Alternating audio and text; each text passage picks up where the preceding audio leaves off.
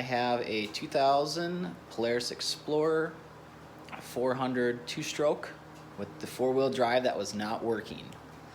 So this is how to bypass your all-wheel drive switch and cluster. So my cluster does not work at all. None of these lights come on. When you turn the key, there's nothing. Whoever had this made a mess of this. So there's wires cut. This thing has seen some serious abuse. So I didn't want to, I've already done a bunch of other stuff on this wheeler, and I didn't want to fix the cluster so that my all-wheel drive works. So I bypassed it, and all I did was I did the ohms, my magnets or armatures are all good in the front end. I took this one all apart, cleaned it up, and I'm gonna do the same thing on this side. I simply put in a switch. So I found a wire that goes on with that key, and that goes onto my switch here. It's just a toggle. So this turns on when I turn my key on. Then I have, this is my power out and my ground. And I have that come down to my gray and brown wires here. That'll kind of focus on that. So I have the two gray wires, that's why. The two gray wires come up here, so one for the right, one for the left. And then I have my two brown wires here, one for the right, one for the left. Those are both, there we go. And then there's a ground.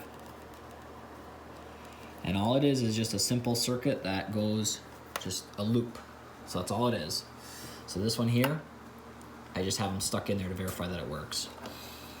I gotta crimp those yet. But you just hook up your switch to power up here, and then you take your positive power lead coming out and hook that up to one side, and then hook up a ground, a chassis ground here, and the ground off the switch here, and it circles through, and that is a bypass for the factory switch and cluster and transmission switch and all of that stuff. I'll stick this back in, I'll show you guys. All right, so we turn our key on, then we turn our new 4x4 switch on. This one here we'll leave in the off position. This is basically all disconnected up under here. So now, spin the rear wheels, and you can see that the front wheels are now spinning. So, if we turn our switch off, spin the rear wheels. So, simple bypass. If you guys want to just get your four-wheel drive working and you kind of have a mess like mine, there's a lot of stuff that's not available for these. A lot of stuff that is hard to find, it's worn out. So that's, I'm gonna drill a little hole up here, somewhere out of the way-ish, and that'll get me going for now. All right, we took it out for a test drive. The four-wheel drive works like it should.